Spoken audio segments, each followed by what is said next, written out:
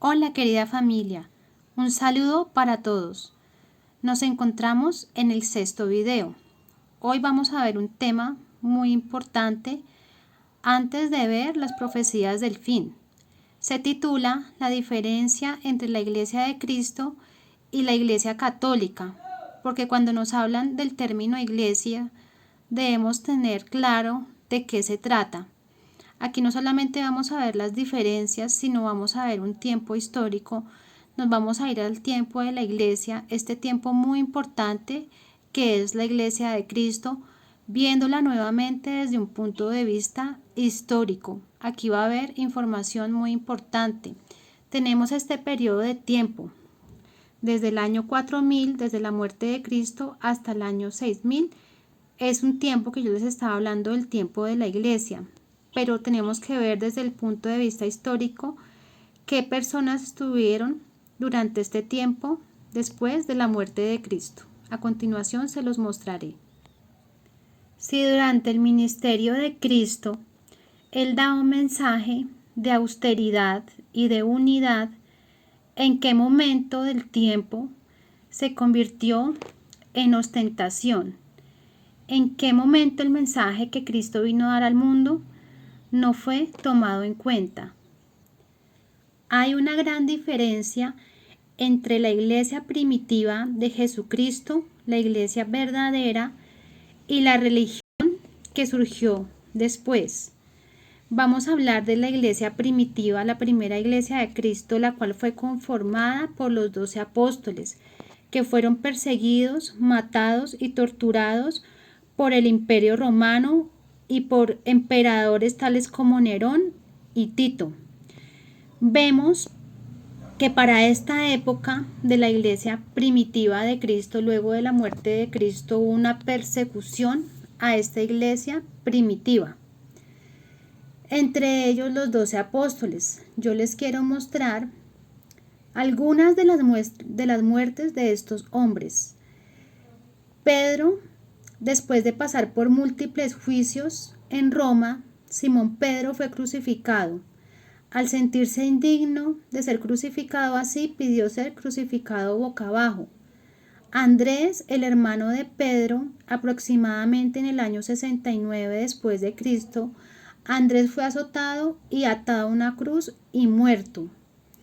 El apóstol Juan fue preso en una isla que es la isla de Pasmos. Juan fue quien se le reveló el Apocalipsis y él fue el único apóstol que murió de viejo por muerte natural.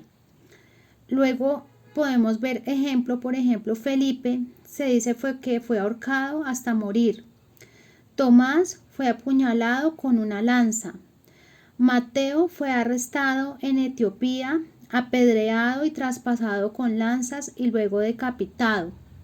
Santiago fue apedreado y golpeado con un garrote en la cabeza. Muchos de estos hombres fueron arrojados a los leones y colocados en el Coliseo romano como espectáculo para el público. Como podemos ver, hubo una iglesia que fue torturada, perseguida y que finalmente los mataron y murieron como mártires. Lo que ocurrió en este tiempo, después de la muerte de Cristo con el Imperio Romano, es que, por ejemplo, mataban 2 cristianos y aparecían 4, mataban 4 cristianos y aparecían 8, y así sucesivamente fue pasando. Y llegó un momento en que los mismos romanos se fueron convirtiendo al cristianismo y superaban en número a Roma. Y habían enfrentamientos entre cristianos y romanos. En aquel tiempo existía un emperador que se llamaba Constantino. Aparece en esta línea amarilla y data del año 272 y 337 después de Cristo. Este hombre era un emperador. Según cuenta la historia, relata que hubo una guerra que era imposible de ganar para Constantino y que en el momento clamó a Dios y pactó que si le otorgaba la victoria en esa guerra, él oficiaba el cristianismo como religión oficial. Lo que ocurrió es que la historia cuenta que Constantino ganó esta guerra y dice que Constantino se convierte al cristianismo entre comillas. y que la convierte en una religión oficial. Pero la realidad es que Constantino nunca se convirtió verdaderamente al cristianismo, sino que fue una alianza política por intereses. En este momento decimos que habían dos religiones. Una era la religión pagana y otra el cristianismo, y habían muchos enfrentamientos. Para evitar estos enfrentamientos, Constantino la une además porque él le genera beneficios políticos y Constantino es el primer papa. Desde esta línea amarilla empieza la religión católica, con el primer papa que fue Constantino. Constantino une las dos religiones, la religión pagana y la religión del cristianismo, y esta unión lo consolida a él y le da muchos beneficios a él y evita, digamos, enfrentamientos. La religión pagana, ellos tenían muchos dioses, las cuales eran la diosa Hera, el dios Apolo, el dios Nimrod, y tenían prácticas de adoración a muchos dioses. Lo que hizo Constantino fue unir la religión cristiana con las prácticas paganas de estos dioses. Y una ley que él sacó fue la ley de adoración a ídolos e imágenes. Por eso la religión católica tiene la adoración de ídolos e imágenes, porque fue una ley que tenía que sacar Constantino para que la religión pagana, digamos, pudiera aceptar esa unión. Tendrían que aceptar los rituales paganos. Entonces aquí empieza la religión católica desde esta línea con Constantino, y estos puntos que vemos aquí son los mártires de la primera iglesia, que es la iglesia primitiva, que mataron a todos los apóstoles y muchos hombres y mártires murieron en esta que es la iglesia primitiva. De la iglesia primitiva quedaron los escritos, porque pues realmente hubo mucha gente muerta. Luego de que se unen, pues paran un poco los enfrentamientos, pero aquí es donde empieza la religión católica, empieza desde Constantino. Este es el inicio de la religión católica, fue con el primer papa, que fue Constantino. En ese periodo de tiempo, después de Constantino, la Iglesia Católica usó muchas formas recaudatorias, como bautismos, casamientos, rentas, la extrema unción. Y hay un documental en History Channel donde dice que el Banco del Vaticano hace inversiones en oro, inversiones en propiedades, y que se le calcula que tiene una inversión y unas ganancias totales de 15 millones de euros, y que el Banco del Vaticano tiene una riqueza inmobiliaria de 4 millones de euros. Es así como a partir del siglo I y VI, una cuarta parte de todas las tierras europeas le pertenecen al papado, y el papado tiene propiedades también en otros países como Inglaterra y Londres. Ellos tienen un plan financiero para aumentar su riqueza. En este lapso de tiempo después de Constantino, había un papa que se llamaba el Papa Julio, que creó la Basílica de San Pedro. Para ello, pues necesitaba mucho dinero. Lo que implementó fue que ellos iban a pagar por la salvación. Los creyentes tendrían que entregar un dinero o entregar sus tierras para, según esto, el Papa Julio evitar que pasaran más tiempo en el purgatorio o menos tiempo en el purgatorio, o el perdón de los pecados. Entonces la gente pagaba con dinero o en oro, o pagaba con tierras para evitar esta sentencia, según este papado, así para aumentar sus riquezas. Más adelante, en el año 1546, en esta segunda línea naranja aparece un hombre que se llama Martín Lutero. Martín Lutero era un monje que es un hombre que se escandalizó y combatió la corrupción que había en el Vaticano y en la Iglesia Católica, y crea la Iglesia Protestante.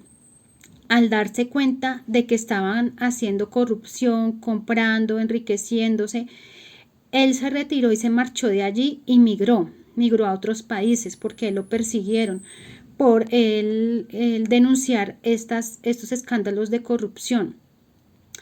O él escribe las 96, 92 posturas frente a esta corrupción.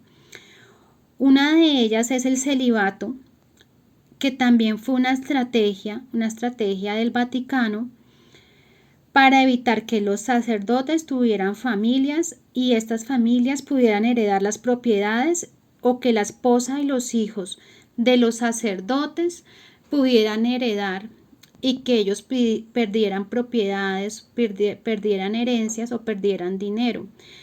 Por eso crearon el celibato, con un fin económico, para que ellos pues siguieran recaudando. En el momento en que el sacerdote muriera, todo pasaba a manos de la iglesia.